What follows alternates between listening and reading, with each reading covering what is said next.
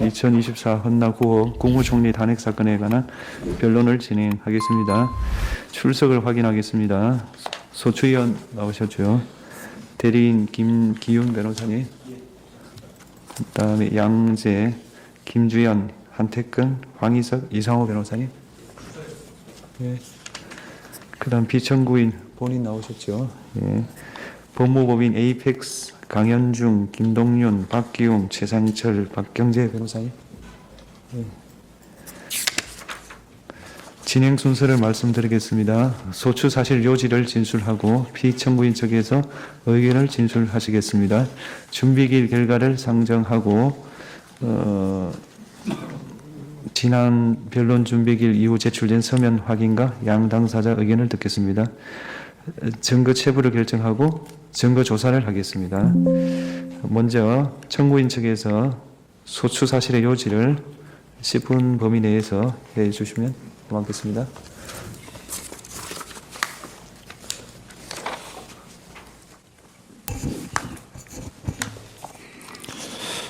존경하는 헌법재판소 재판관님, 국회 소추위원, 국회 법제사법위원장 정청래입니다.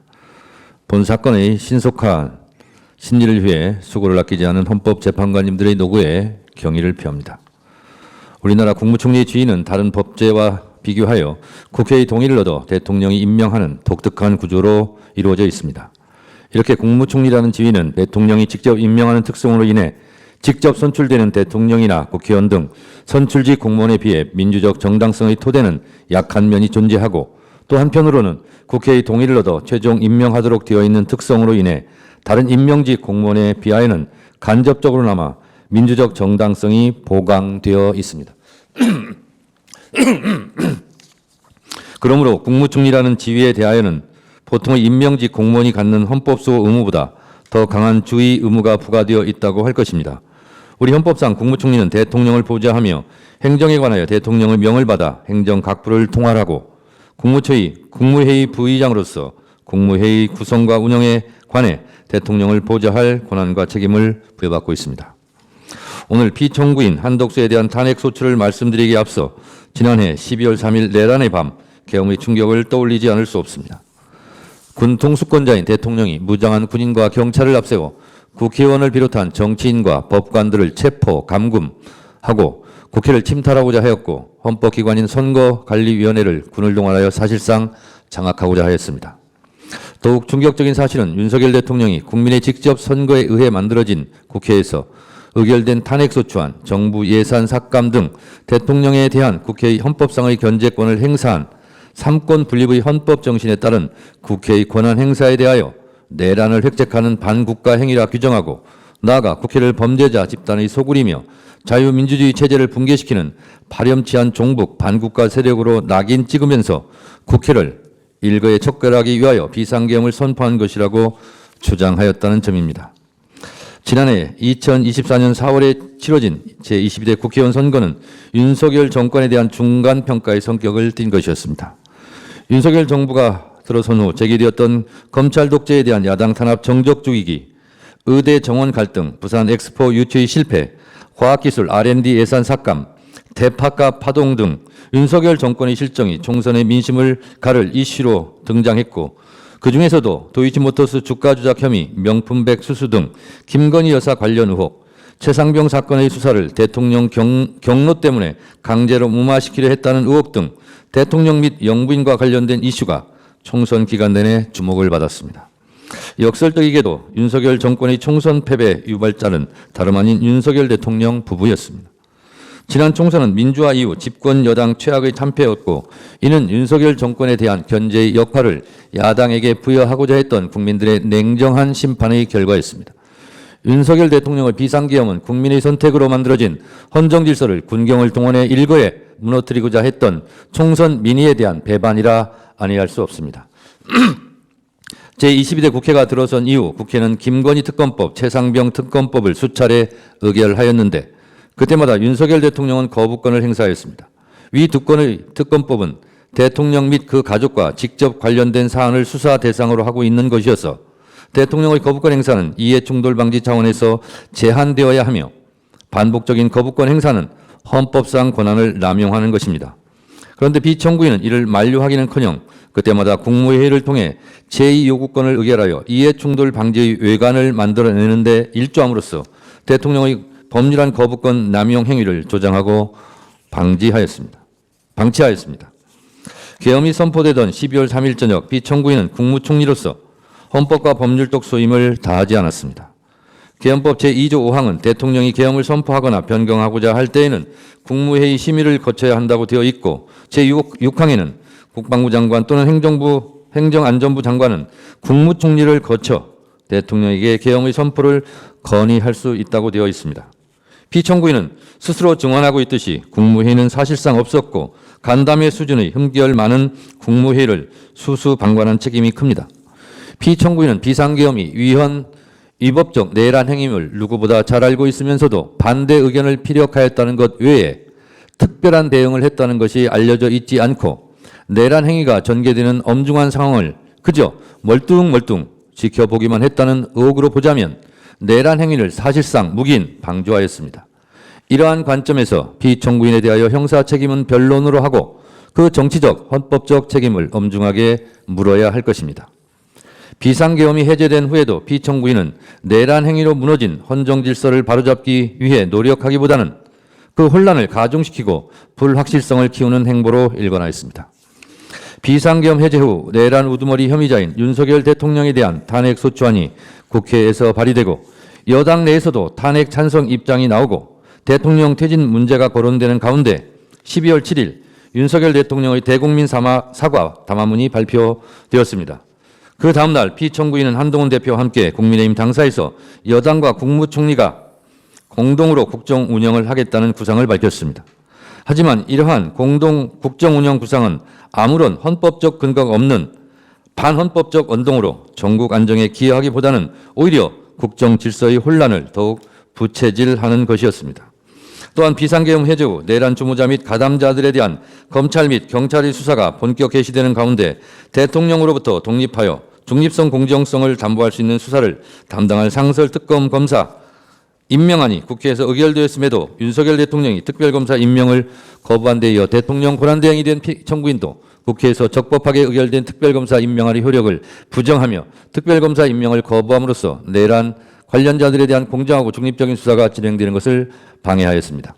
피청구인에게는 공석이 된 헌법재판관을 임명하여 헌법재판소가 완전체를 구성할 수 있도록 하는 것이 비상계엄으로 무너진 헌정질서를 회복하고 전국의 안정을 도모함에 있어 가장 중요한 헌법상 의무였습니다. 하지만 피청구인은 이미 여야 합의로 적법하게 선출된 헌법재판관 후보의 임명을 여야 합의가 없다는 이유로 거부하였습니다.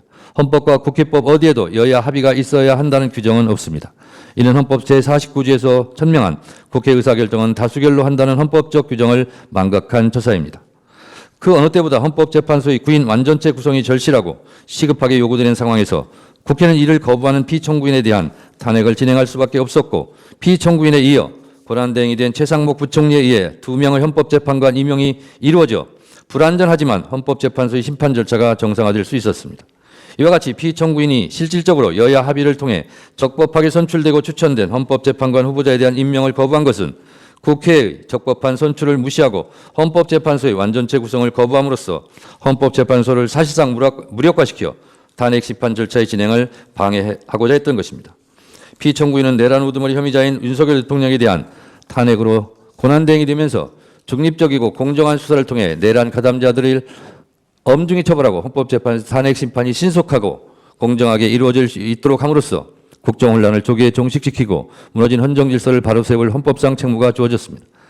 그럼에도 불구하고 피청구인은 특별검사의 수사를 가로막았고 헌법재판관 임명을 거부함으로써 헌법재판소를 무력화시키고자 하였습니다. 존경하는 헌법재판관님, 국무총리는 국민이 직접 선출한 대통령보다 민주적 정당성이 취약하므로 그 헌법의 중대성이 다소 대통령의 그것보다 약한 경우에도 충분히 탄핵될 수 있다는 이론을 굳이 타용하여 오지 않더라도 피청구인은 앞서 살핀 내용만으로도 충분히 탄핵이 인용되고 남을 정도로 그 헌법 적대적인 태도와 헌법과 법률의 위반 행위가 명백하다 할 것이고 국민의 신임을 배반한 것이 명백하다고 할 것입니다.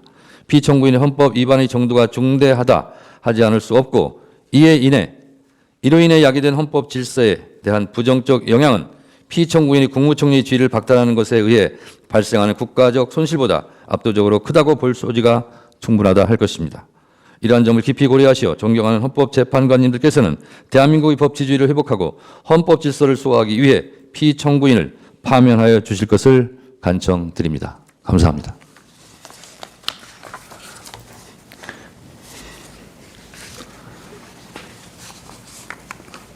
예, 피청구인 측에서 소추 사실에 대한 의견을 진술해 주시기 바랍니다.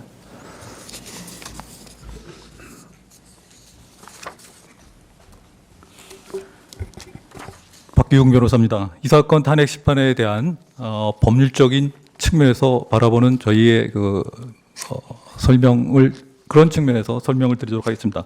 이 사건 탄핵 심판 제도가 엄격하고 남용이 방지돼야 된다는 것은 뭐 두말할 필요도 없을 것입니다. 지금 쟁점이 되고 있는 의회의 의결 정족수, 국회의 의결 정족수 문제와 관련해서 우리 주석 재판소법에 보면은 권한 대행자의 탄핵 소추 발의 및 의결의 정족수는 대행되는 공직자의 그것을 기준으로 한다. 그리고 대통령 권한 대행의 경우 본래의직에 대한 탄핵 발의 및 의결에 필요한 정족수보다 더 가중된 정족수를 충족하여야 하므로 권한 대행자로서는 탄핵된 결과 원래의 신분을 잃는다 하여 대행자에게 더 불리한 점은 없다라고 기재하고 있습니다. 또한 헌법재판소 헌법재판 실무제도에서도 동일한 내용을 기재하고 있으며 특히 탄핵 대상자의 권한 대행자 또는 직무 대행자는 원래의 대상자와 동일한 지위에서 동일한 직무를 수행하는 점에서 이들을 다르게 볼 이유가 없다. 또한 대행되는 공직은 탄핵 대상이 되지만 본래의 직은 탄핵 대상에 해당하지 않는 경우에도 그 대행자로서의 직무 집행 중에 위법 혐의를 사유로는 탄핵 대상이 된다라고 설명하고 있습니다.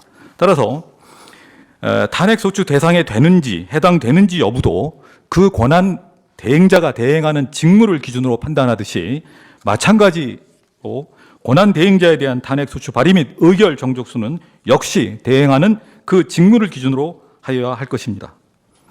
그것이 우리 헌법상 탄핵 소추대의 목적과 취지에도 맞닿을 것입니다. 따라서 이 사건 탄핵 소추 사유 중에 권한 대행 전 본래의 직에서 발생한 사유가 일부 포함되어 있다 하더라도 이 사건 탄핵 소추에 대한 국회의 의결은 의결 정족수를 충족하지 못하여 부적법 각하되어야 할 것입니다. 다음은 탄핵 소추에 대한 5가지 탄핵 소추에 대해서 개별적으로 살펴보도록 하겠습니다. 첫 번째, 특별검사 임명 법률안 제2호와 관련해서 설명드리겠습니다. 대통령의 제2호유권은 대통령의 고유 권한으로 규정하고 있습니다. 대한민국 헌법에 보면은 법률안에 이의가 있을 때에는 대통령은 제1항의 기간 내에 이의서를 붙여 국회에 환부하고 그 제의를 요구할 수 있다. 따라서 제2호유권은 헌법상에 보장하는 대통령의 고유 권한입니다. 더 나아가 법률안에 위헌적인 요소가 있다면 당연히 대통령은 제2호유권을 행사하여야 함이 마땅합니다.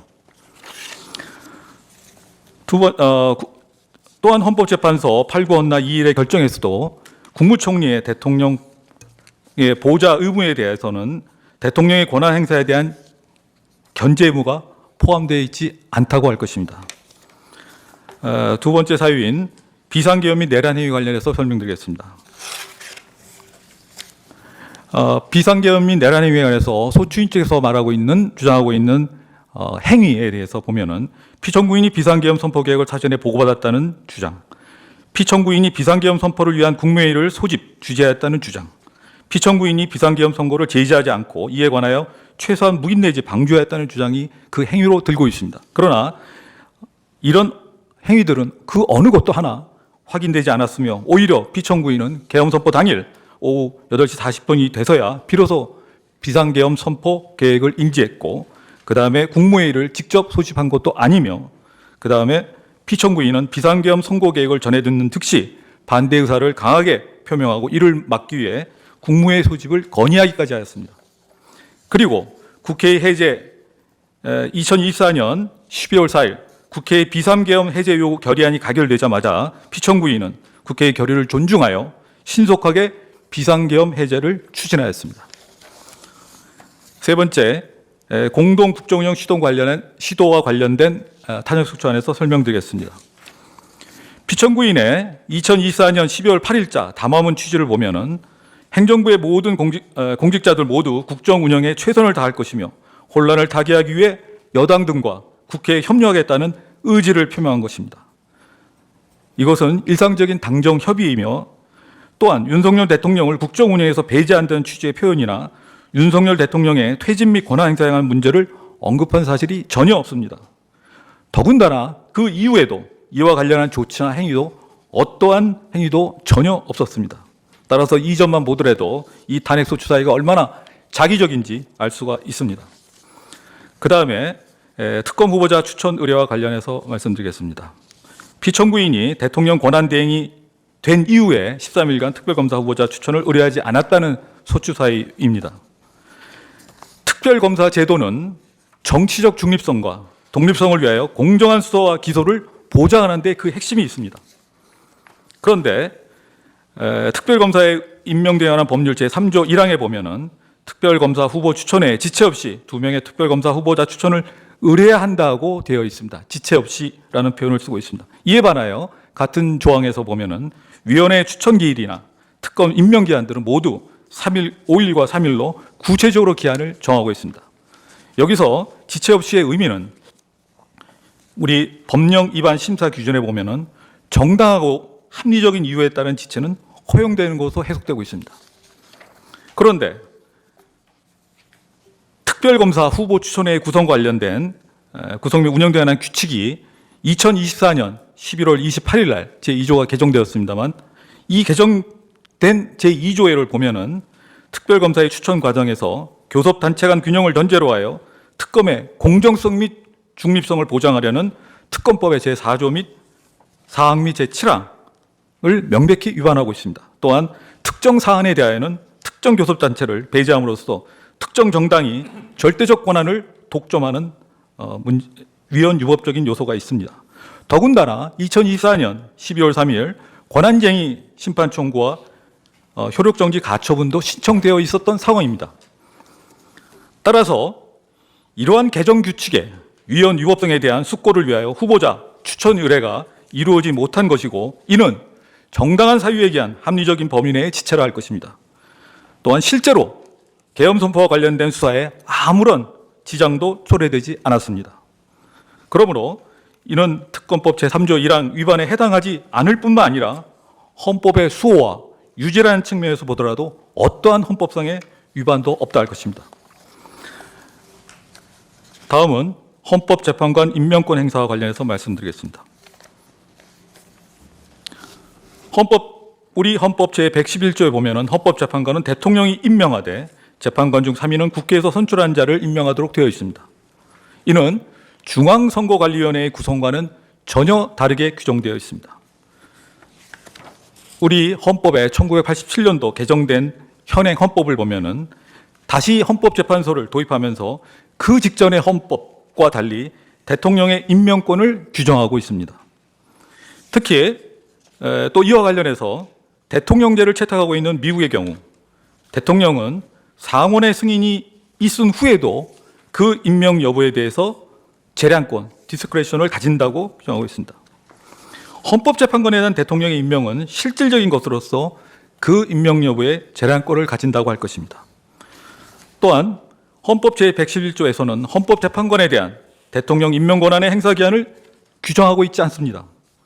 설령 헌법재판관 임명 행사에 대통령의 자기 의무가 있다고 하더라도 후보자 선출 후 즉시 임명해야 할 의무는 없습니다. 또한 피청구인은 국회가 선출한 후보자 3인에 대하여 그 임명을 거부한 것이 아니라 여야 합의를 조건으로 임명을 보류한 것입니다. 우리 헌법상 통치구조에 비춰볼 때 선거를 통해 국민에 의하여 직접 선출된 대통령에 비하여 권한대행은 그 민주적 정당성에 한계가 있으며 일시적이고 임시적 지위에 있습니다. 따라서 권한대행은 현상 유지를 위한 최소한의 범위 내에서 권한만을 행사, 현상을 변경을 초래하는 권한의 적극적 행사는 자제돼야 합니다. 따라서 권한대행이 가지는 민주적 정당성의 한계를 국회의 실질적인 합의를 통해 보완되어야만 헌법기관의 임명과 같은 적극적 권한 행사를 할 수 있을 것입니다. 마지막으로 의원 내각제를 택하고 있는 독일의 경우 연방 하원과 상원에 해당하는 연방의회와 연방 참사관에서 헌법재판관 선출 시에는 3분의 2의 가중 다수결로 의결하도록 하고 있습니다. 이는 다수당과 소수당의 합의를 강제하고 있다 할 것입니다. 따라서 헌법재판관 후보자 선출에 대한 국회 내 의견 합치조차 이루어지지 않는 상태에서 권한대행이 헌법재판관 임명이라는 대통령의 고유 권한을 행사하는 것은 오히려 헌법의 취지에 반할 뿐만 아니라 우리 헌정사에도 나쁜 선례가 될 것입니다. 이와 같이 살펴본 바와 같이 이 사건 탄핵심판 소추 사유는 모두 사실과 다를 뿐만 아니라 해당되는 각 사유가 명백히 부당하다 할 것입니다. 그래서 이 탄핵심판 사유에 부적법 각하 내지는 기각하여 주실 것을 요청드립니다.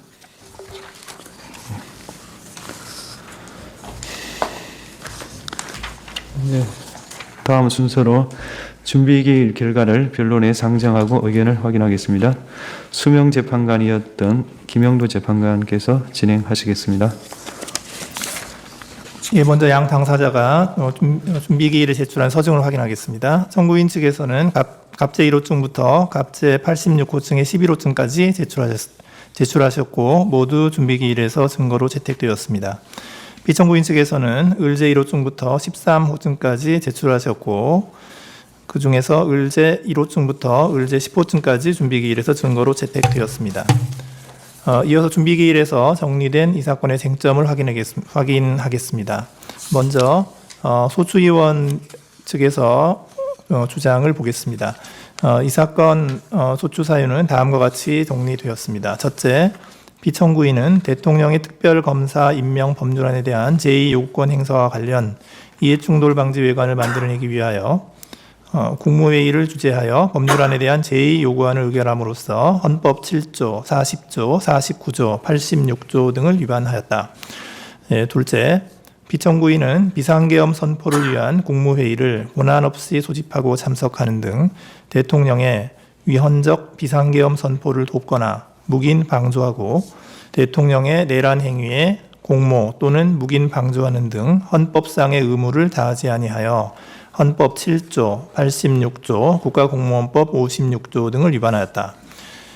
셋째, 피청구인과 국민의힘 대표 한동훈의 공동 국정운영 체제는 대통령이 직을 유지하고 있는 상황에서 헌법상 근거가 없으므로 헌법 7조, 66조 4항, 74조 1항 등을 위반하였다. 넷째, 피청구인은 대통령 권한대행으로서 지체하고 있던 특별검사 후보자 추천 의뢰를 신속하게 진행해야 할 법적 의무가 있음에도 불구하고 이를 이행하지 않음으로써 헌법 71조 특별검사의 임명 등에 관한 법률 3조 1항 등을 위반하였다. 다섯째, 피청구인은 대통령 권한대행으로서 국회가 추천하는 헌법재판관 후보자를 임명할 의무가 있음에도 불구하고 헌법재판관 임명을 거부함으로써 헌법 66조, 111조, 113조, 헌법재판소법 23조, 국가공무원법 56조 등을 위반하였다. 이상과 같은 내용으로 정리가 되었는데 소추위원 측 맞습니까? 예. 다음으로 피청구인 측의 주장을 보겠습니다. 먼저 피청구인은 적법 요건에 관하여 주장을 하였습니다. 그 내용은 피청구인은 대통령 대행의 직위를 겸하고 있어서 헌법 65조 2항 단서에 따른 가중 탄핵 정족수를 충족시켜야 함에도 본회의 가결은 이를 충족하지 못하였기 때문에 이 사건 탄핵 심판 청구는 무효인 탄핵 소추 의결에 근거한 것이므로 부적법하다라는 적법 요건에 관한 부적법 주장을 하였습니다. 그리고 다음으로 피청구인은 본안에 들어가서 이 사건 소추 사유에 대하여 다음과 같은 이유를 들어 다투고 있습니다. 첫째, 특별검사 임명 법률안에 대한 제2요구권 행사 관련입니다. 대통령의 제2요구권은 헌법상 대통령의 권한이며 대통령을 보좌하는 국무총리는 이를 제재할 헌법상 권한이 없다. 국무회의는 심의기관이므로 행정부 수장인 대통령은 국무회의의 의결에 구속되지 않는다. 이렇게 주장하셨고요. 둘째, 비상계엄 선포 및 내란 행위와 관련하여 다음과 같이 다투고 있습니다. 피청구인은 2024년 12월 3일 20시 40분경 대통령 호출로 대통령실에 도착하여 비상계엄 선포 계획을 갑자기 알게 되어서 반대 의견을 적극적으로 개진하였을 뿐이다. 사전에 국방부 장관으로부터 계엄 관련 보고를 받은 사실이 일체 없다. 국무위원들의 반대와 우려를 전달하여 계엄을 막고자 국무회의 소집을 건의하여 대통령이 이를 수용하였을 뿐이고 비상계엄 선포 전 국무회의 개최를 위한 소집에는 관여하지 아니하였다. 비상계엄 선포 전 국무회의는 안건이 사전에 고지되지 않은 채 갑작스럽게 소집이 통지되고 개의 5분 만에 마무리되어 충분히 심의할 시간적 여유가 없었다. 의안 제출, 검토 의견 명시, 의결 절차 및 부서 등이 없었기 때문에 통상의 국무회의와는 차이가 있었다. 비청구인은 2024년 12월 4일 국회에 비상계엄 해제 요구안 결의에 따라 대통령에게 비상계엄 해제를 건의하였고 대통령의 지시로 비상계엄 해제안 처리를 위하여 국무위원들을 소집하였다. 그러나 국무위원들의 도착이 늦어져서 같은 날 04시 27분경 국무회의를 주재하여 비상계엄 해제 요구안을 심의 가결하였다. 대통령은 비청구인과 어떠한 협의나 의사연락 없이 국회 등에 계엄군을 진입시켰고 비청구인은 방송을 통하여 이를 알게 되었을 뿐이다. 세 번째로 공동국정 운영과 관련한 비청구인의 주장 내용입니다. 비청구인 담화의 주요 내용은 행정부 공직자들 모두 국정 운영에 최선을 다할 것이며 혼란 타개를 위하여 여당 등과 국회에 협력하겠다는 것일 뿐이다. 대통령을 배제한다거나 퇴진 및 권한 행사에 관한 문제를 언급하지 않았다. 네 번째로 특별검사 후보자 추천 의뢰와 관련된 주장입니다. 비청구인이 대통령 권한대행으로서 특별검사 후보자 추천을 의뢰하지 않은 것은 특별검사 후보 추천위원회의 구성 자체의 위헌성 등이 문제되고 있었기 때문이므로 이는 정당한 사유에 기한 합리적인 범위 내의 지체이다. 내란 혐의 수사는 경찰, 검찰 및 공수처 등에 의하여 이미 개시되어 수사를 진행하고 있어 비청구인이 특별검사 후보자 추천을 다하지 아니한 행위가 수사 진행을 방해 또는 지연시키지 않는다. 다섯 번째, 헌법재판관 임명 부작위와 관련한 주장입니다. 대통령의 헌법재판관 임명은 대통령의 권한이지 의무가 아니고 의무라고 하더라도 준수하여야 할 기간은 헌법 27조, 111조 2항 및 3항의 입법 취지, 선출 절차 진행에 소요되는 기간 등을 고려한 상당한 기간이다. 이와 같은 상당한 기간을 정당한 사유 없이 경과하였다면 지체하였다고 보아야 하는 것인데 정당한 사유는 후보자 선정과 관련한 정치적 협의, 인사청문회 및 본회의에서의 표결 등 재판관 선출 절차 진행에 소요된 기간, 당시 정치적 상황 등을 종합적으로 고려하여 개별적으로 판단하여야 하는 것이다. 비청구인은 국회의 합의가 이루어지면 즉시 헌법재판관 임명권을 행사하겠다는 입장을 발표하였고 이는 임명의 일시적 보류이지 거부는 아니므로 부작위라고 평가할 수 없다. 민주적 정당성이 취약한 대통령 권한대행은 대통령 사고 시 헌법기관을 구성하는 헌법재판관의 임명과 같이 현상의 변경을 초래하는 적극적 권한 행사는 자제되어야 한다. 탄핵소추 의결의 당사자인 국회가 탄핵 심판 주체인 헌법재판관을 선출하는 것은 소추와 심판의 분리 원칙에 위배된다. 당시 국회 헌법재판관 3인의 선출 가결은 국회를 구성하는 정당 중 의석 우위를 점하는 특정 정당에 의하여 진행된 것이다. 현행헌법은 대통령의 헌법재판권 임명권을 형식적 심사권 이상으로 규정하고 있고 비교법적으로도 대통령이 연방대법관의 임명 여부에 대하여 재량권을 가지고 있는 미국의 경우를 참고하여 해석해야 한다. 예, 이상이 비청구인 측의 주장인 것으로 정리했습니다. 맞습니까? 예, 맞습니다. 예. 준비기일 결과를 변론 상정하는 것에 대해서 양 당사자 측에 특별한 의견이 있으십니까? 먼저 청구인 대리인. 예, 이해 없습니다. 예, 비청구인 대리인. 없습니다. 예. 이상으로 준비기일 결과의 변론 상정을 마치겠습니다. 예, 다음으로는 제출 서면을 확인하고 이에 관한 의견 진술을 듣겠습니다. 청구인 측에서는 청구인 측에서 제출한 서면은 다음과 같습니다. 2024년 12월 27일자 탄핵 심판 청구서, 2025년 1월 17일자 검찰 비상계엄 특별수사본부 경찰청 국가수사본부 특별수사단 서울중앙지방법원 형사합의 25부 고위공직자 범죄수사처에 대한 사실조회 신청서, 그리고 2025년 1월 22일자 입증계획서, 2025년 2월 3일자 국무총리실에 대한 사실조회 신청서 및 검찰, 비상계엄 특별수사본부, 경찰청, 국가수사본부 특별수사단, 공수처, 서울중앙지방법원 형사합의 25부에 대한 기록 인증 등본 송부 촉탁 신청서, 그리고 2025년 2월 5일자로 경찰청 국가수사본부 특별수사단에 대한 기록 인증 등본 송부 촉탁 신청서, 검찰 비상계엄 특별수사본부에 대한 사실조회 신청서를 제출하셨고요. 2025년 2월 27일자로 국무총리실에 대한 기록 인증 등본 송부 촉탁 신청서를 제출하셨고, 2025년 2월 11일자로 검찰청 비상계엄 특별수사본부에 대한 형사기록 인증 등본 송부 촉탁 신청서를 제출하셨습니다. 그리고 2025년 2월 14일에 증인 신청서를 제출하셨습니다. 이상 제출한 서면 맞으시죠? 예, 피청구인 측에서는 다음과 같은 서면을 제출하셨습니다.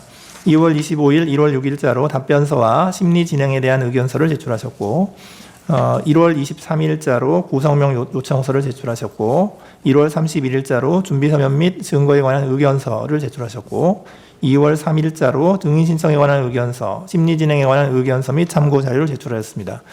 2월 4일에 준비서면 2를 제출하셨고, 2월 10일 심리 진행에 관한 의견서 3을 제출하셨습니다. 2월 13일자로 심리 진행에 관한 의견서 4, 참고자료, 준비서면 3 및 4를 제출하셨습니다. 맞죠? 네, 맞습니다. 양 당사자 측에서 제출하신 서면에 기재된 쟁점들에 관하여 앞서 소출 사실과 관련하여 모두에 진술하신 것 외에 추가로 더 진술하실 내용이 있으면 말씀해 주시기 바랍니다. 먼저 청구인들인. 준비한 PT 자료 그거는 나중에 끝날 때 하시면 종합적인 거죠, 그거. 그거는 이제 마무리할 때 하시면 되고요. 지금까지 낸 서류 말고 뭐 새로운 것도 다시 주장할 거와 또 추가 주장할 거 있느냐 그걸 여쭤보는 아닙니다. 겁니다. 예. 그건 없으신 거죠? 예.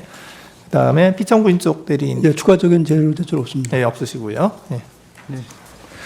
증거 체부 결정하겠습니다. 먼저 정인 신청에 관하여 청구인 측이 2월 13일 한동훈에 대한 정인 신청을 하셨습니다.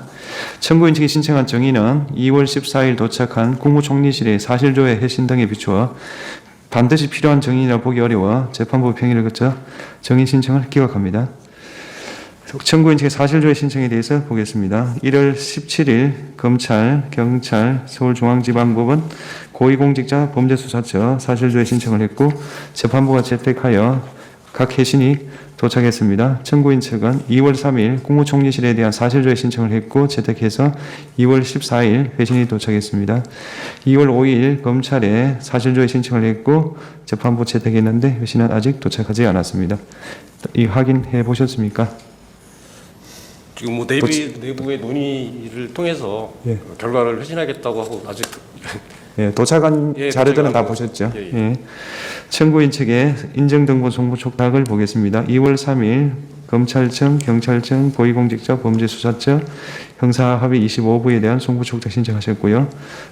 다 채택했고 2월 10일 검찰 고위공직자 범죄수사처, 2월 14일 서울중앙지방법원으로부터 회신이 도착했습니다. 청구인 측은 2월 5일 경찰청 국수본에 기록 인정등본 송부 촉탁했고 채택해서 2월 12일 회신이 도착했습니다. 2월 7일 국무총리실에 대한 기록 인정등본 송부 촉탁했고 채택해서 2월 14일 회신이 도착했습니다. 2월 11일 검찰청 비상계엄 특수본에 대한 기록 인정등본 송부 촉탁했고 채택하여 2월 19일 회신이 도착했습니다. 도착한 회신은 확인해 보셨습니까? 예, 확인해봤습니다. 그래서 증거를 제출한 것이 2월 18일자 갑제 87호증 1부터 갑제 88호증의 8 예, 이렇습니까? 그렇습니다. 예. 그 다음 피청구인 측에서는 이 갑 87호증 1부터 88호증 8까지 확인을 해보셨습니까? 예, 인부는 어떻습니까? 예, 성립인자하고 입증 취지는 부인하도록 하겠습니다. 네. 그 다음 그렇게 정리하고 증거를 모두 채택하겠습니다. 다음 피청구인 측에서 2월 13일 제출한 증거는 번호가 밀려서 14 내지 16으로 정리하겠습니다.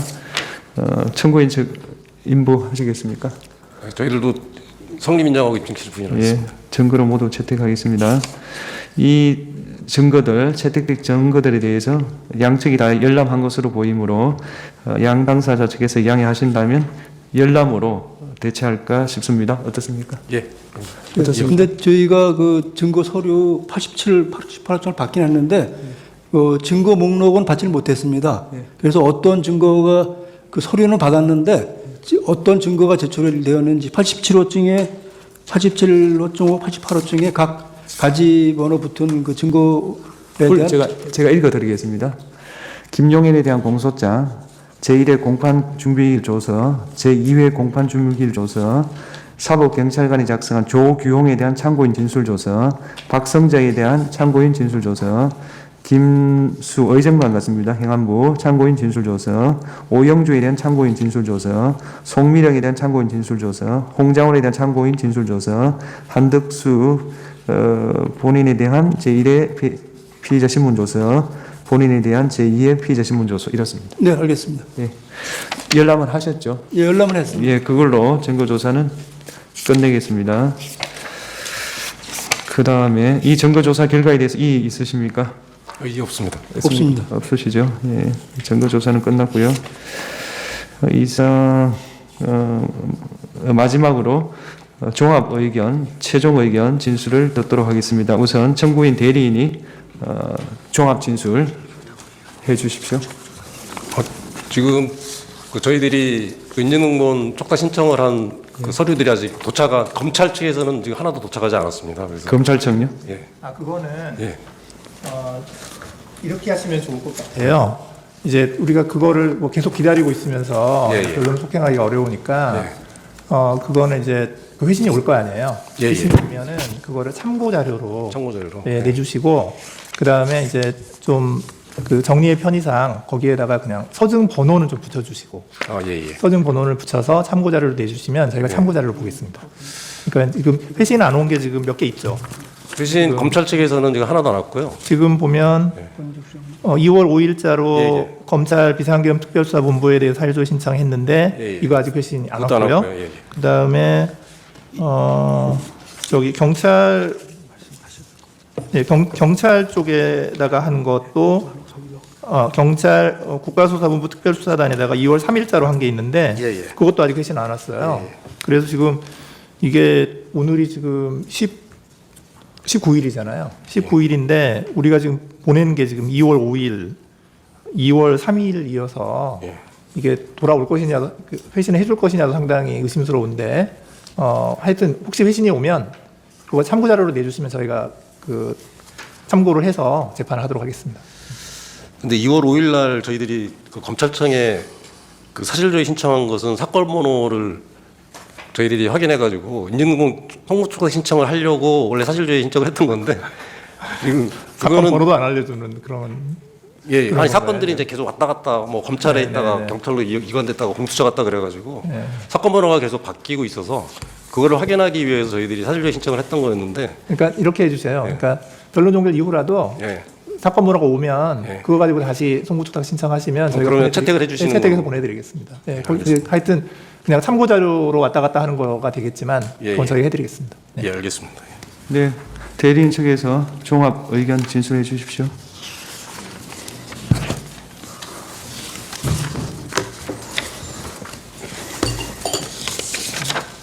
저희들이 처음에 연락받을 때 그 변론사유 탄핵 소추사유 요지 발표 시간 한 30분 정도 준다고 그래가지고 하십시오.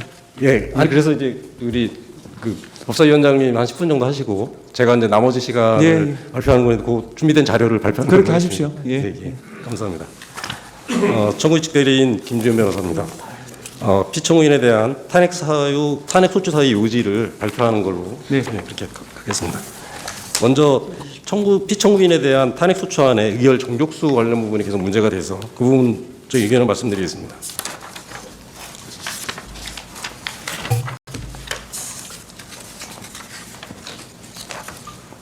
이게 안 되는데.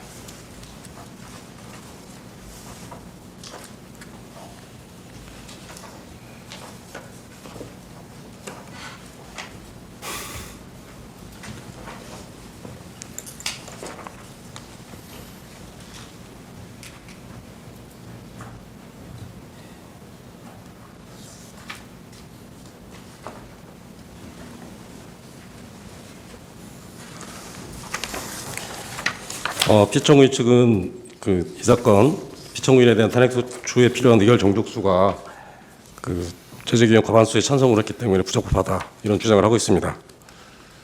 헌법은 대통령 및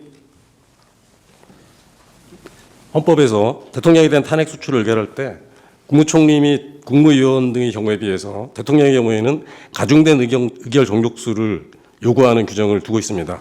이러한 규정을 둔 취지는 대통령이 국민에 의해서 직접 선출된 점을 고려한 것으로 보입니다. 하지만 피청구인은 국민이 직접 선출한 공무원이 아니고 대통령이 국회의 동의를 받아서 임명한 공무원입니다. 그리고 대통령에 대한 탄핵 소추로 대통령 권한 대행이 되었다 하더라도 피청구인의 기본적인 지위는 국무총리입니다. 그리고 대통령에 대한 탄핵 소추가 의결된 후에도 대통령은 직무가 정지되었을 뿐 대통령의 지위는 그대로 유지되고 있으므로 권한 대행에게 대통령에 준하는 지위가 인정될 여지는 없다고 보여집니다. 따라서 피청구인에 대한 탄핵 소추안이 국회 제재규정 과반수 찬성으로 의결된 것은 아무 문제가 없다 할 것입니다. 다음은 탄핵 소추 사유 중에서 특검법에 대해서 반복적으로 제2요구안을 의결한 점에 대해서 말씀드리겠습니다. 문제가 된 두 가지 특검법은 다들 아시지만 김건희 여사 영부인에 대한 관련된 사안이고, 또 하나는 최혜병 특검법은 대통령의 경로로 해병 사망 사건에 대한 수사를 가급적으로 무마시켰다는 그런 의혹과 관련된 사안을 수사 대상으로 하고 있습니다. 그리고 이 두 가지 모두 대통령 가족 그리고 대통령 본인과 관련된 사안을 수사 대상으로 하고 있습니다.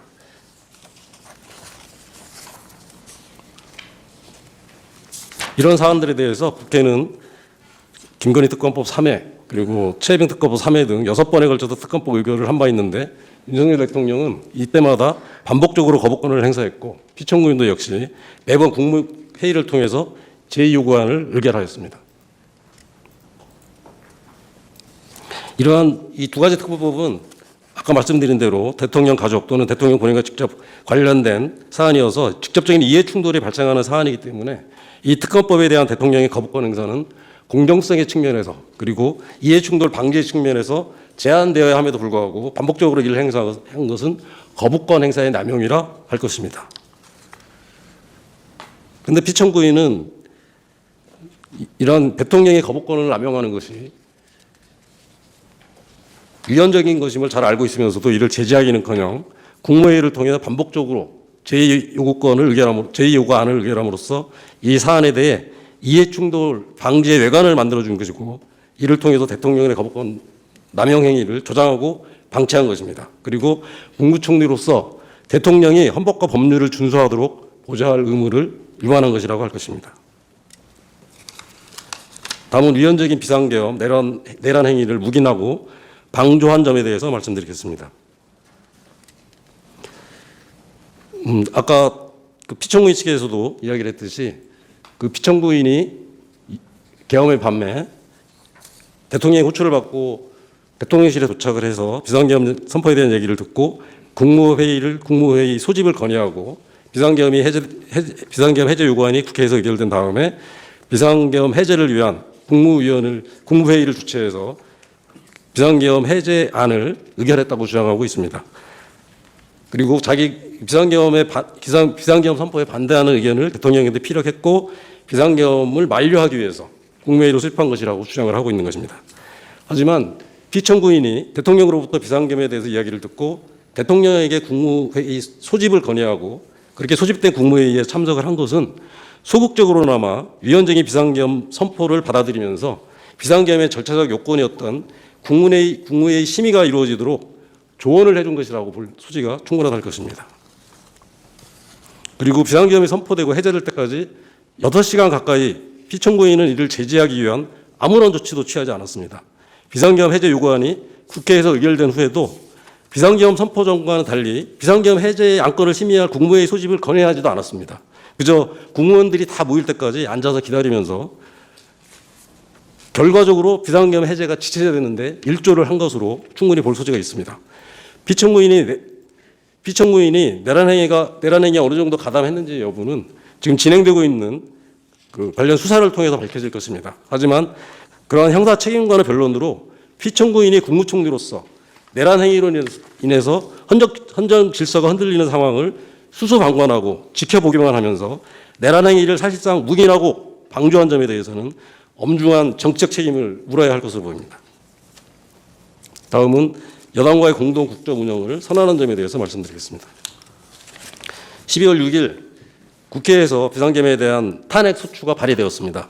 그리고 여당 내에서조차 탄핵 소추안에 대해서 찬성표를 던지겠다 하는 의원들이 나오기 시작했고, 이렇게 여당 내에서조차 이탈표가 나타날 조짐을 보이기 시작하는 상황이었습니다. 또한 검찰, 경찰 등 수사기관의 내란 가담자에 대한 수사가 본격화되고 있는 상황이었고요. 그리고 해외 언론에서도 미국 행정부 고위 인사들이 비상계엄에 대해서 부정적 의견을 밝혔다는 기사가 나오는 등 대통령의 거취 문제에 대해서 압박이 높아지는 그런 상황이었습니다. 그런 가운데 한동훈 대표가 대통령의 직무를 정지시키는 것이 필요하다라고 발언했다는 사실이 언론에 보도되기도 했습니다. 이런 상황에서 한동훈 대표가 용산 관저로 가서 윤석열 대통령과 회동을 가졌고 그 다음 날인 12월 7일 오전에 윤석열 대통령이 대국민 담화를 통해서 전국 안정 방안을 여담에게 일임한다라는 선언을 했고, 그날 오후 한동훈 대표가 총리 관저를 찾아가서 피청구인과 회동을 갖기도 했고요. 그런 와중에 대통령의 조기 퇴진이 불가피하다는 한동훈 대표의 발언이 또 언론에 보도되기도 했습니다. 그리고 12월 8일 오전에 국민의힘 당사에서 한동훈 대표와 피청구인이 나란히 서서 차례로 공동선언을 발표하기에 이르렀던 것입니다.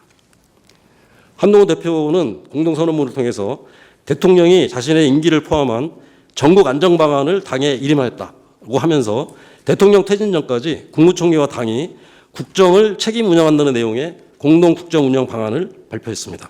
그리고 이 담화에 뒤이어서 피청구인은 여당과 지혜를 모아서 국정을 안정적으로 운영한다라는 내용의 한동훈 대표의 담화 내용에 호응하는 취지의 담화를 발표했던 것입니다.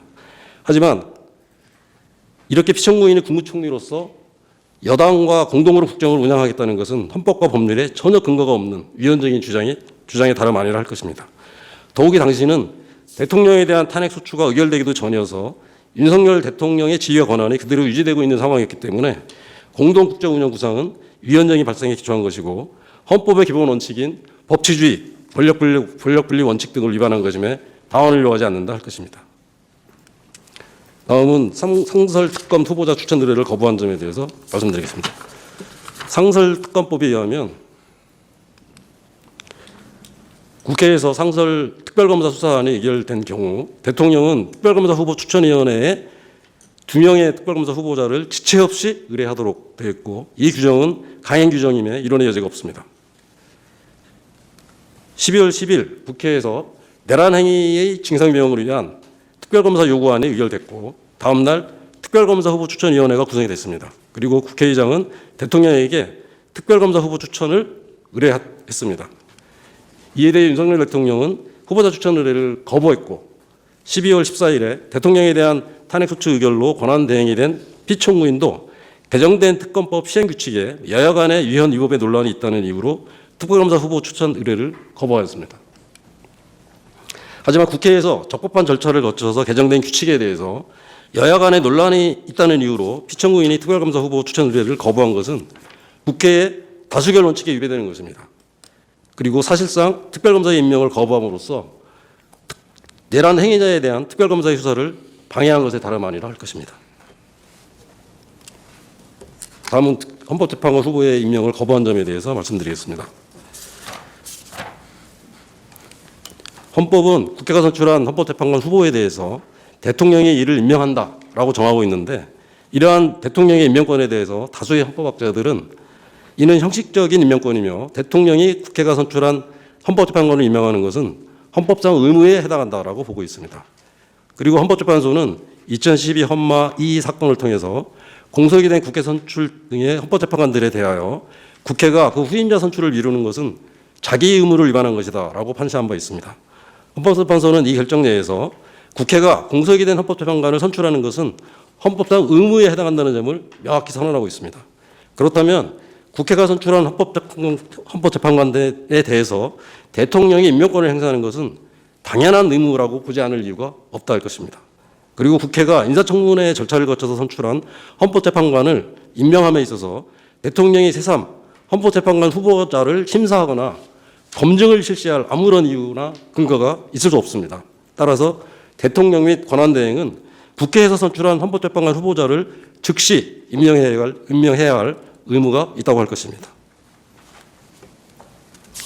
국회는 2024년 10월 17일자로 임기 만료된 헌법재판관 3인의 후임자를 선출하면서 후보 추천을 둘러싼 여야 간의 의견으로 선출 절차가 지연되고 있다가 마침내 12월 9일 여야 간의 합의가 이루어져서 민주당 2명, 국민의힘 1명 등 3명의 후보자 추천이 이루어졌고, 이렇게 추천된 후보자들에 대한 인사청문회가 개최되는 등 후임자 선출 절차가 진행되고 있었습니다. 그런데 피청구인은 그러한 절차가 끝나기도 전에 12월 24일과 26일 두 차례에 걸쳐서 임명 거부 의사를 분명하게 표명하였던 것입니다. 그리고 국회가 12월 26일 헌법재판관 후보 3인의 선출을 의결하였음에도 불구하고 피청구인은 이 임명을 여전히 거부했고, 다음 날인 12월 27일 국회는 피청구인에 대한 탄핵 소추안을 재석의원 192명 전원 찬성으로 의결하였습니다. 당시 헌법재판소는 2024년 10월 3인의 헌법재판관이 퇴임한 이후 6인 체제가 지속되고 있었고, 이러한 6인 체제 하에서 헌법재판소에 계류된 다수의 헌법심판 사건 그리고 헌법소원 사건 등에 대한 심리와 결정이 과연 가능하냐에 대해서 논란이 계속되고 있었습니다. 그러던 중에 윤석열 대통령에 대한 탄핵 심판이 개시가 되었고, 이런 6인 체제에 대한 논란이 더욱 가중되었던 것입니다. 나아가 헌법재판소가 대통령에 대한 탄핵 심판 사건에 대한 심리를 진행하고 그에 대한 최종 판단을 함에 있어서 그러한 심리와 결정에 대한 국민의 신뢰를 확보하기 위해서는 다양한 가치관과 헌법관을 가진 9인의 재판관으로 구성된 완전체 구성이 조속히 완료될 필요가 있다는 목소리가 그 어느 때보다도 높아지는 상황이었습니다. 이런 상황에서 피청구인이 공석이 된 국회 선출 재판관 후임의 임명을 거부한 것은 헌법상 자기 의무를 위반한 것이면 물론이고, 국회에서 선출된 헌법재판관 후보들에 대한 적법한 결의를 무시하는 것이고, 헌법재판소의 완전체 구성을 방해해서 헌법재판소의 무력화를 기도한 것이라 다름 아닙니다.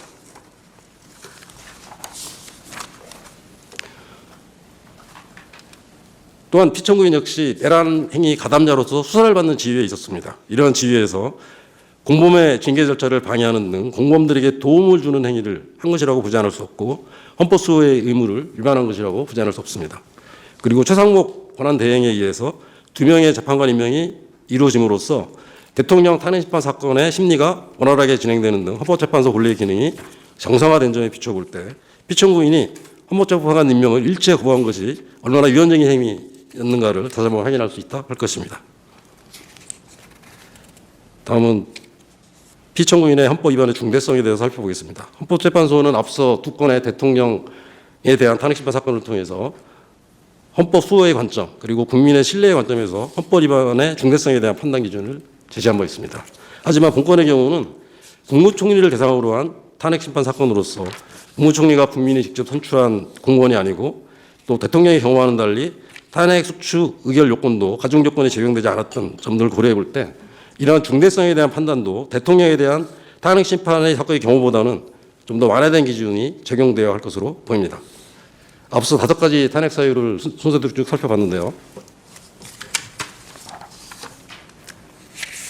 이런 5가지 탄핵 사유 하나하나가 그 헌법 위반의 중대성이 결코 적지 않습니다. 그리고 이런 것들을 종합적으로 검토해 볼 때 피청구인의 어떤 헌법 위반 행위가 헌법 질서에 미치는 부정적 영향과 해악이 아주 중대해서 피고인에 대한 파면이 정당화될 수 있는 정도의 충분한 헌법 위반의 중대성의 해악이 크다고 보여집니다. 이런 점을 감안하셔서 피청구인을 파면한다라는 결정을 내려주시기 바랍니다.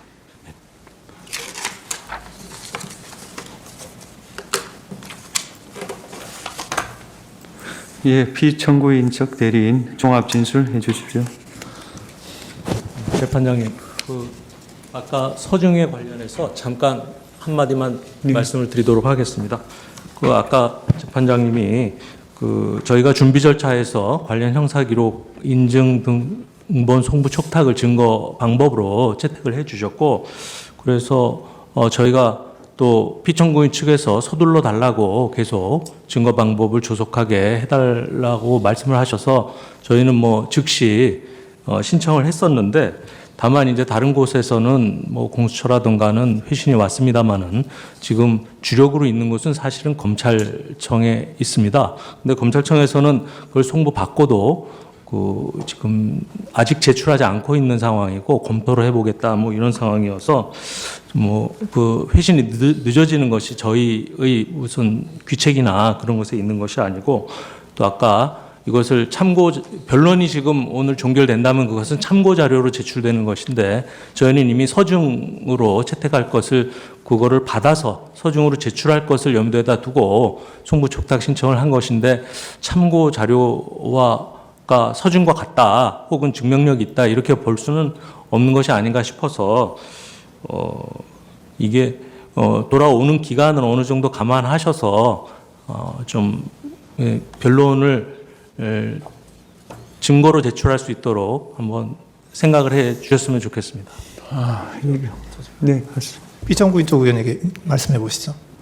청구인의 주장은 청구인이 제출하는 서류 자체가 지금 탄핵소추 사유하고 어떤 관련이 있는지 알 수 없습니다만은 심리를 지연하려는 의도 외에 다른 의도가 없는 것으로 보여집니다. 따라서 그것은 재판관님께서 말씀하신 대로 참고 자료로 하시는 것은 모르겠는데 그것을 증거자료 제출하기 위해서 또 언제 올지도 모르는 자료를 가지고 또 증거자료 제출하겠다 해서 심리를 속행한다는 것은 매우 적절하지 못한 주장이라고 생각됩니다. 명백히 그것은 심리 지연 의도로 보일 수밖에 없습니다. 예, 제가 좀 의견을 말씀을 드리면요. 이게 지금 검찰 비상계엄 특별수사본부에 대해서 사실조회 신청한 게 2월 5일이었습니다. 오늘이 2월 19일이거든요.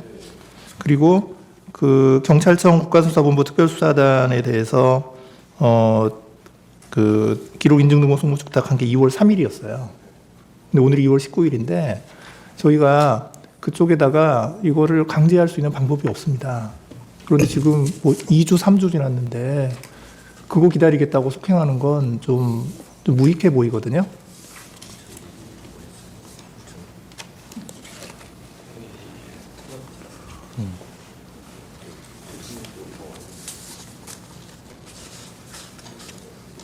제가 한 말씀 드려도 되겠습니까? 제가 잘 몰라서 여쭙는데요. 대통령 탄핵 사건에 대해서는 대체적으로 검찰 피신 조서를 다 보내지 않았습니까? 지금 물어보니 대체적으로 같은 건인데 국무위원들, 검찰 피신 조서나 참고인 조사 부분인데 저도 그 이해를 할 수가 없네요. 대통령 탄핵 사건 건은 다 주면서 국무총리 탄핵 사건에는 주지 않는다.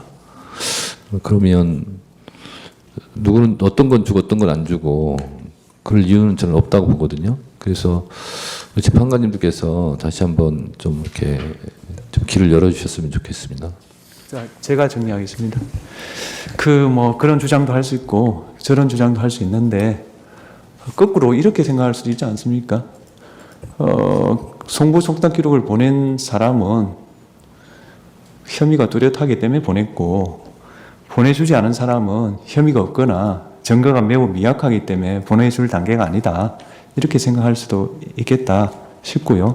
기본적으로 탄핵소추는 입증 책임을 국회에 지우고 있고 국회에게는 탄핵소추 의결 전에 법사위 해부에서 조사할 수 있는 권한을 주었습니다.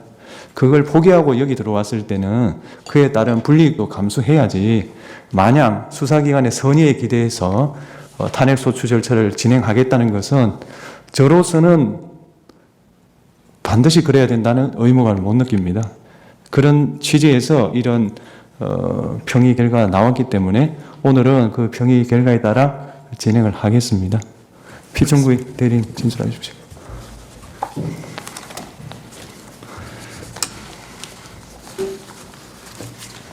네, 존경하는 재판관님. 네, 피청구인은 대통령 소추안 가결 후 헌법과 법률이 정한 범위 내에서 최선을 다해 대통령 권한대행의 직을 수행했음에도 불구하고 13일 만에 탄핵되었습니다. 이는 헌정사상 최초의 권한대행이 탄핵이자 적법한 요건을 갖추지 졸속 탄핵으로 먼저 이삭한 탄핵 집행 청구의 부적법을 주장합니다. 권한대행자에 대한 탄핵소추 대상 여부와 그 발의 및 의결 정도수는 모두 대행하는 직무를 기준으로 판단해야 합니다. 따라서 대통령 권한 대행에 대한 탄핵 소추의 경우 헌법 65조 제2 항 본문이 아닌 그 단서에 따라 대통령 탄핵에 필요한 제적인 3분의 2 찬성의 가중 정수 요건을 적용해야 합니다. 그러나 국회 본회의에서 의결된 피청구인 탄핵 소추안은 이러한 가중 정수 요건을 충족하지 못하였습니다. 따라서 이 사건 탄핵 심판 청구는 헌법이 정한 절차적 요건을 충족하지 못하여 부적법 각하되어야 합니다. 가사 이 사건 탄핵 소추안에 헌법 제65조항 본문에 규정된 일반 종족수가 적용된다 하더라도 청구인이 주장하는 탄핵 사유는 아래서 보는 바와 같이 모두 사실에 부합하지 않거나 법리적으로 탄핵 사유를 구성하지 않으므로 탄핵 심판 청구는 기각되어야 합니다. 첫째, 특별검사 임명 법률안 제외와 관련해서 대통령 제외 요건은 헌법이 보장하는 대통령의 고유 권한입니다. 당시 국무총리였던 피청구인은 대통령의 고유 권한 제외 요건의 행사를 견제하거나 제지할 권한 및 의무가 없었으며 단지 대통령을 보좌하는 국무총리 지위에서 국무회의 심의 등 헌법과 법률이 정한 절차에 따라 제2요구 과정을 수행했을 뿐입니다. 더욱이 제2요구 대상에 대한 특검 법률안은 위헌 입법사항이 명백했던 바 이는 국회의 재의결 과정에서도 그 위헌 입법성이 인정되어 최종적으로 폐기되었습니다. 둘째, 윤석열 대통령 비상계엄 선포 및 내란에 관련하여 현지 전까지 밝혀진 바 여러 자료에 따르더라도 피청구인이 대통령의 비상계엄 선포 등의 공모 묵인 방조하지 않았음이 명백합니다. 오히려 피청구인은 비상계엄 선포 및 국무회에서 다른 국무위원들과 함께 비상계엄에 반대 의사를 명확히 표명했고 국회의 비상계엄 해제 요구 결의안 가결 직후 신속히 국무회를 소집하여 본인이 직접 주재한 가운데 비상계엄 해제를 의결하는 등 일관되게 비상계엄 선포에 반대했음이 분명하게 드러나고 있습니다. 더구나 김용원 전 국방부 장관 공소장에 보면은 공소사실 내용에 대통령의 소집 지시를 받은 국무위원 등이 대통령실 5층 대적견실에 모이고 라고 기재하고 또 김영현은 국무총리 함독소를 거치지 않은 채 대통령에게 직접 비상계엄의 선포를 건의했고 라고 명백히 기재되어 있습니다. 이런 점을 꼭 살펴보아 주시기 바랍니다. 셋째, 한동훈 국민의힘 당대표의 공동국정 운영과 관련해서 피청구인이 2024년 12월 8일자 담화하면 그 내용 자체만으로도 청구인이 주장하는 공동국정운영의 의도가 전혀 존재하지 않았음이 명확히 보여집니다. 피청구인과 한동훈 국민의힘 전 대표는 각자의 이름으로 독립적인 담화문을 발표했을 뿐이며 담화문 어디에도 대통령을 배제하거나 대통령의 권한을 행사하겠다는 내용은 전혀 언급된 바가 없습니다. 오히려 피청구인은 여당은 물론 야당 국회 그리고 국민 전체 협력을 두루 언급하며 국정 혼란 극복을 위한 범국가적 협력을 요청했을 뿐입니다. 넷째, 특검 후보자 추천에 관련하여 특검법 3조 1항은 후보자 추천 의뢰를 단지 지시 없이 하도록 정하고 있을 뿐이며 정당하거나 합리적에 따른 지체는 허용된다는 점에서 볼 적에 피청구인은 2024년 11월에 개최된 추천위원회 구성규칙의 위헌 입법 논란을 관련하여 14일간 이를 검토했을 뿐이므로 이는 탄핵소가 되는 중대한 위헌 입법에 해당하지 않습니다. 더욱이 내란 혐의 수사는 원활히 진행되어 주요 수사 대상자의 구속 기소까지 이루어진 상황이므로 청구인이 주장하는 수사 지시나 범인 도주 위험도 전혀 없습니다. 다섯째, 헌법재판관 임명에 관련해서 헌법은 재판관 중 3인을 국회가 선출하도록 하면서 같은 도 2항에서 이 재판관 9명을 임명하도록 정하고 있습니다. 이는 대통령에게 헌법재판관 전원에 대한 임명 권한을 부여한 것이지 국회 선출 후보자에 대한 임명 의무를 부과한 것이 아닙니다. 헌법은 대통령의 임명 권한 행사 기한을 별도로 규정하고 있지 아니하며 특히 청구인은 2024년 12월 26일 오후 2시 본회의에서 헌법재판관 후보자 3인의 선출 절차를 완료한 후 불과 몇 시간 만에 피청구인에 대한 탄핵소추안을 가결하는 바 이렇게 이처럼 짧은 기간 동안 임명권을 행사하지 않은 것이 헌법 위반이 될 수 없음을 자명합니다. 더욱이 피청구인 대통령 권한대행의 권한 범위, 여야간 실질적 합의의 필요성, 그리고 공정한 재판을 받을 권리 등을 종합적으로 고려하여 볼 적에 국익과 헌법적 가치에 따른 임명을 일시적으로 보류한 것으로 판단하는 것이므로 이는 정당한 탄핵 소추가 될 수가 없습니다. 따라서 청구인이 주장하는 모두 탄핵 소추 사유는 그 사실관계가 왜곡되었거나 법리적 근거가 없는 것이며 설령 피청구인 행위가 있었다 하더라도 이는 헌법과 법률이 허용하는 정당한 권한 행사의 범위 내에 있었음이 명백합니다. 결국 이 사건 탄핵 심판 청구는 헌법에 정한 청구 요건을 갖추지 못했을 뿐만 아니라 청구인이 주장하는 모든 탄핵 소추 사유는 그 사실관계가 왜곡되거나 법리적 근거가 결여된 것입니다. 이에 이 사건 탄핵은 마땅히 각각 또는 기각되어야 할 것입니다. 이와 어울려 신속한 심리가 필요한 점에 대해서 몇 가지만 더 말씀드리도록 하겠습니다. 피청구인의 탄핵소추는 대통령 탄핵소추 사태 이후 국정을 안정시켜야 할 권한대행의 직무마저 정지시킴으로써 헌정사상 유례없는 이중의 공백 사태를 초래하였습니다. 이는 대통령 탄핵으로 인한 사회적 혼란이 수습될 기회를 원천적으로 차단했을 뿐만 아니라 행정부의 권한 행사에 심각한 공백을 야기하여 법 취지의 근간을 뒤흔드는 결과를 낳고 있습니다. 현재의 권한대행은 그 원직이 장관으로서 그 임명에 국회의 동의를 거치지 않았다는 점에서 민주적 정당성의 국무총리에 비해 떨어질 수밖에 없습니다. 더욱 큰 문제는 제1야당의 행동을 고려할 때 현 권한대행을 비롯하여 그 지위를 승계하는 자들의 출퇴한에 의할 가능성도 무시할 수 없는 것입니다. 국제사회는 현재 비상계엄 선포에서 탄핵에 이르기까지 전례 없는 정치적 혼란을 어떻게 수습할 것인지 예의주시하고 있습니다. 이러한 중차대한 시점에서 헌법소의 최위보루인 헌법재판소에서 대통령 권한대행 탄핵심판의 심리결정을 신속하게 진행함으로써 무분별한 탄핵소추로 인한 국정 중단의 위험을 조속히 해소하고 대통령의 직무정지는 엄중한 상황에서도 대한민국이 흔들림 없는 법치국가라서 정상적으로 작동할 수 있음을 국내에 분명히 보여주어야 할 것입니다. 또한 피청구인은 50여 년간 대한민국 무역통상의 정책의 중심에서 활약해 왔습니다. 피청구인의 경험과 지혜가 지금 이 순간 절실히 필요합니다. 이에 언론사의 보도 내용과 같이 국민들과 현 권한대행 역시도 피청구인이 신속히 복귀하여 트럼프 행정부의 대응에서 관세무역 전쟁에 대비해서 대응한다는 점에서 뜻을 갖추고 있는 것으로 알고 있습니다. 정상 간 외교가 어려운 현 시점에 하루빨리 피청구인을 직무에 복귀시켜 그 역량을 국가를 위해 펼칠 수 있도록 해야 합니다. 지난 변론 준비 열차 이후 피청구 탄핵 사건에 사회적 관심이 커지고 있으며 본 탄핵 사건의 신속 결정이 각계각층의 목소리가 높아지고 있습니다. 국내 주요 언론사를 비롯한 수많은 언론사들이 대미 통상의 대응의 필요성, 국정 불안정 해소, 법적 안정성 확보, 국제사회 신뢰도 문제 등을 들어 탄핵 사건에 대한 신속한 결정이 필요하다고 입을 모으고 있습니다. 국무위원을 비롯한 여러 정부 주요 인사들 역시 본 탄핵 사건이 빨리 해결되어야 정부가 글로벌 관세 전쟁에 잘 대응할 수 있다는 점에 동의하고 있습니다. 헌법학자를 중심으로 학계에서도 본 탄핵 사건이 본질상 성결되어야 할 문제라는 점을 지적하여 신속한 결정의 필요성을 강조하고 있습니다. 피청구인의 탄핵 사건은 사실관계가 명확하고 쟁점이 복잡하지 않아 현재까지 제출된 자료도 충분히 판단이 가능하다고 보여집니다. 조속히 선고기일을 지정해 주시를 정중히 요청드립니다. 마지막으로 하늘이 무너져도 정의를 세우라는 법격언이 있습니다.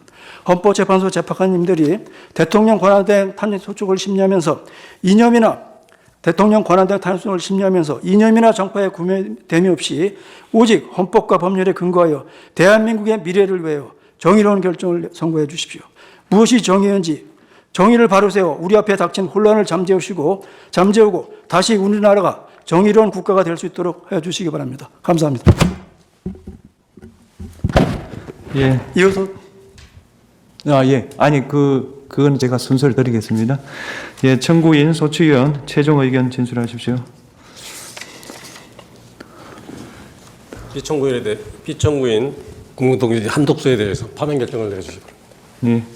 피청구인 최종 의견 진술해 주십시오. 방금한 걸로 대신하도록 하겠습니다. 아니, 본인이. 예. 예.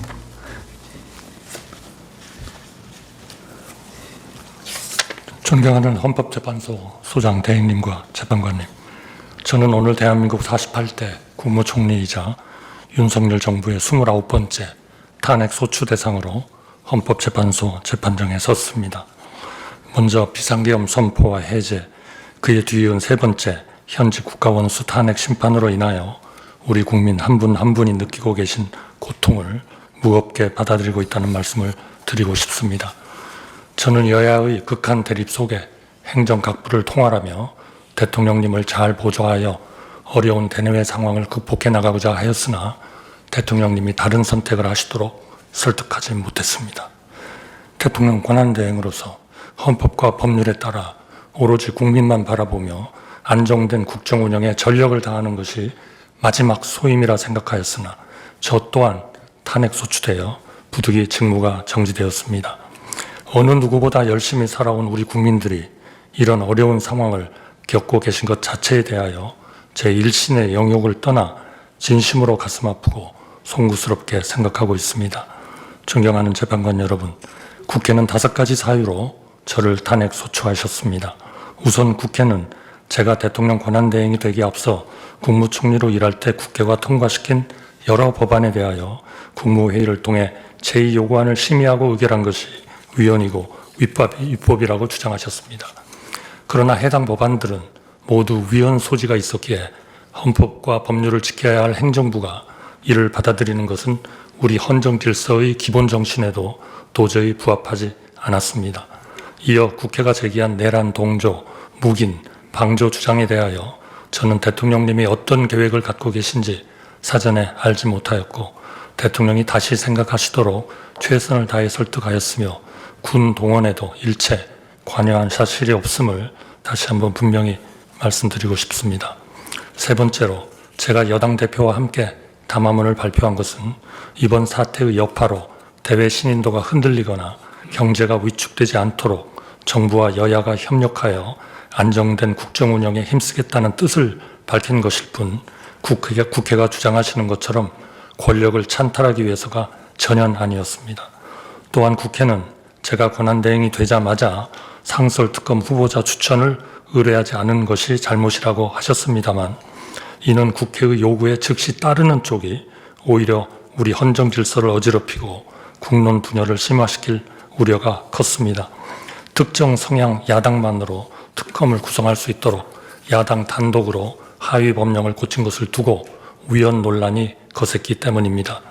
따라서 대통령 권한대행인 저로서는 과연 어떤 결정이 헌법과 법률에 부합하며 국가 전체를 위하여 올바르고 이로운지 여러 의견을 듣고 숙고할 시간이 절실하였습니다.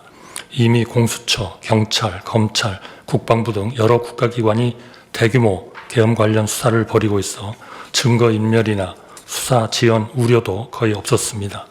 마지막 탄핵 사유는 헌법재판소 재판관님 임명 문제였습니다. 저는 대통령 권한대행은 대통령의 고유 권한 행사를 최대한 자제해야 한다는 점, 여야의 실질적 합의 없이 헌법재판관을 임명하는 것은 우리 헌정사에 전례가 없다는 점을 깊이 고민하였습니다. 나라가 어렵고 국론이 분분할수록 우리가 돌아봐야 할 것도 우리가 추구해야 할 것도 오직 원칙과 가치 그리고 국민의 합의라는 점도 마음에 새겼습니다. 그런 맥락에서 여야의 합의를 여러 번 간곡히 요청하였고 여야가 합의하면 즉각 임명하겠다고 약속드렸습니다만 국회는 탄핵 소추로 응답하셨습니다. 이는 제1신의 영역을 떠나 우리 국민과 헌정 질서 전체를 위하여 가슴 아픈 일이라 생각합니다. 존경하는 재판관 여러분, 저는 대한민국 1인당 국민소득이 300달러가 채 안 되던 1970년 공직에 입문하였습니다. 미국, 일본, 독일처럼 우리보다 10배, 20배 잘 사는 나라를 까마득하게 바라보며 언젠가 우리 국민도 선진국 국민이 누리는 풍요와 안정을 누릴 수 있게 되기를 염원하였습니다. 50년 가까이 국정의 최일선에서 밤낮 없이 일하며 그 꿈이 이루어지는 과정을 지켜보고 기여한 것이 저의 기쁨이었습니다. 저에게 많은 기회를 주신 국민들께 마지막으로 봉사하고 싶어 두 번째 국무총리직을 받아들이고 혼신의 힘을 다해 뛰었습니다. 경제기적과 문화도약을 이룬 우리나라가 극단의 정치에 함몰되어 길지 않은 현대 민주주의 역사에서 벌써 세 번째 국가원수 탄핵을 경험하고 있는 것을 무엇보다 가슴 아프게 생각합니다. 한평생 국민을 섬긴 사람으로서 제게 남은 꿈은 단 한 가지, 하루빨리 불합리한 혐의를 벗고 국민께 약속드린 마지막 소임을 다하는 것입니다. 우리 앞에는 이제껏 경험한 수많은 난관보다 한층 거센 폭풍이 기다리고 있습니다. 이를 극복하기 위해서는 무엇보다 정치와 정부가 지금까지와 크게 달라져야 합니다. 과거 우리 곁에는 언제나 진영의 유불리를 넘어 나라 전체를 볼 줄 아는 정치인, 정치로 풀리를 정치로 풀어주시는 어른들이 계셨습니다. 지금 우리 국민들이 가장 간절히 기다리는 것도 바로 그런 큰 정치의 복원이라고 생각합니다. 또한 세계 질서가 재편될 때 정부가 적시에 대응하지 않으면 미래 세대가 오래도록 혹독한 대가를 치러야 합니다. 제가 저희 자리로 서둘러 돌아가야 하는 이유도 바로 거기에 있다고 생각합니다. 존경하는 재판관 여러분, 극단의 정치는 국민 모두에게 막대한 비용을 지울 뿐 그 어떤 해답도 주지 못한다는 사실을 우리 모두는 이번 일을 통하여 뼈아프게 배우고 있습니다. 법치와 합의, 자제와 성찰, 합리와 효율이 정치와 정부, 나아가 사회 전체를 움직이는 작동 원리가 될 때 대한민국은 비로소 좌나 우로 가는 대신 위로 갈 수가 있다고 믿습니다. 진영에 휘둘리지 않고 국민 한 분 한 분을 위하여 최선의 해답을 찾아낼 수 있습니다. 대한민국이 극단의 시대를 넘어 합리의 시대로 나아갈 수 있도록 헌재가 우리 사회의 마지막 보루로서 현명한 판단을 내려주시기를 간곡히 당부드립니다. 감사합니다. 장관님. 네. 아까 우리 법률 대리인께서 한 줄로 최종 변론한 걸로 하기에는 오늘 두 분이 저도 좀 최종 하십시오. 할 수 있도록 해주시겠습니까? 하십시오.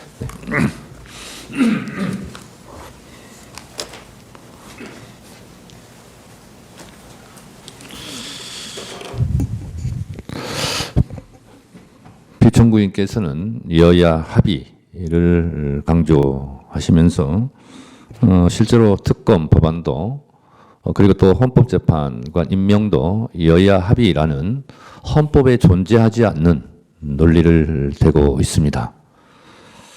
비판받지 않는 영역이 진리라면 정책과 의견 주장은 항상 비판이 있을 수 있고 진영에 따라서 이익과 손해가 있을 수 있습니다.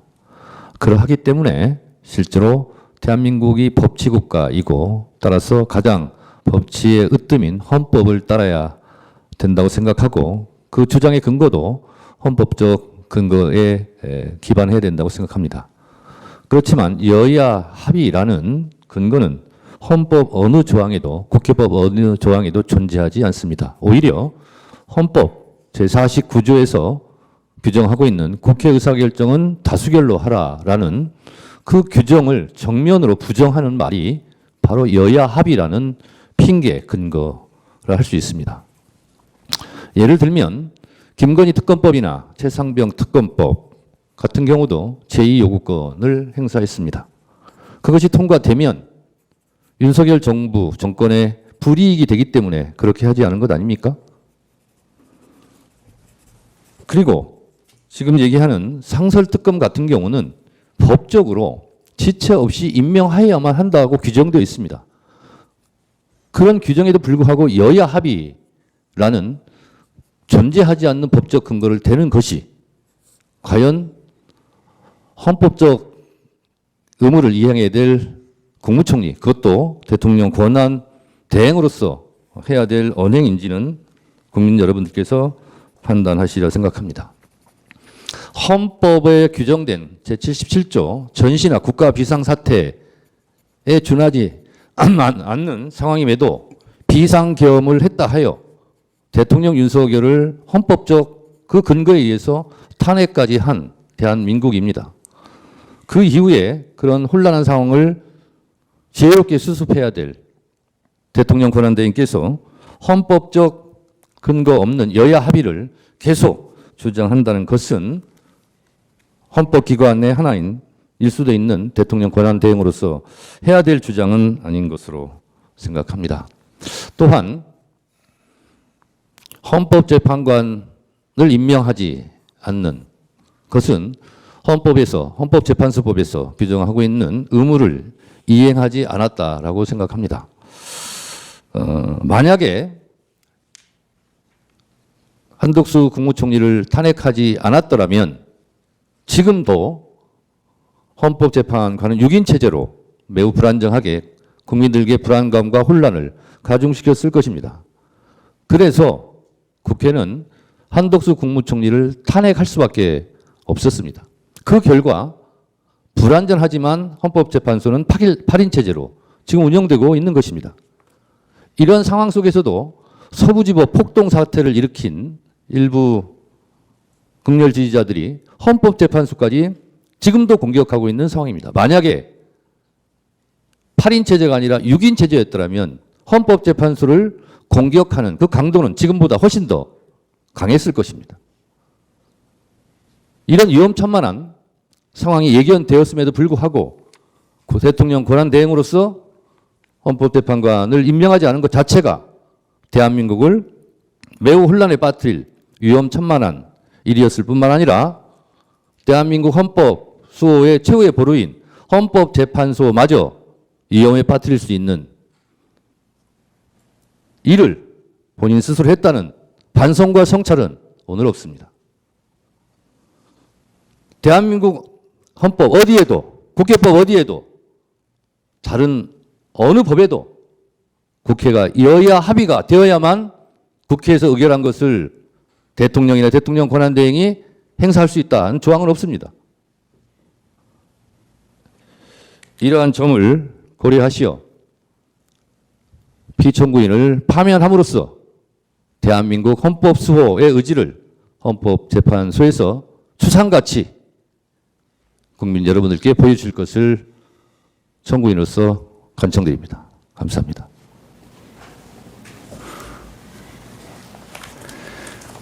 예, 탄핵 소추는 국회의 의결로 시작한 만큼 피청구인의 최종 의견으로 탄핵 심판을 마치는 것이 헌법과 법률의 정신입니다. 피청구인에게 최종 의견 진술 기회를 다시 한번 드리겠습니다. 지금까지 대신하겠습니다. 네. 특별히 더 드릴 말씀 없습니다. 네, 알겠습니다. 이상으로 변론을 종결하고 선고기일은 재판부 평의를 거쳐 정해지면 양측에 통지해 드리도록 하겠습니다. 이상 마치겠습니다.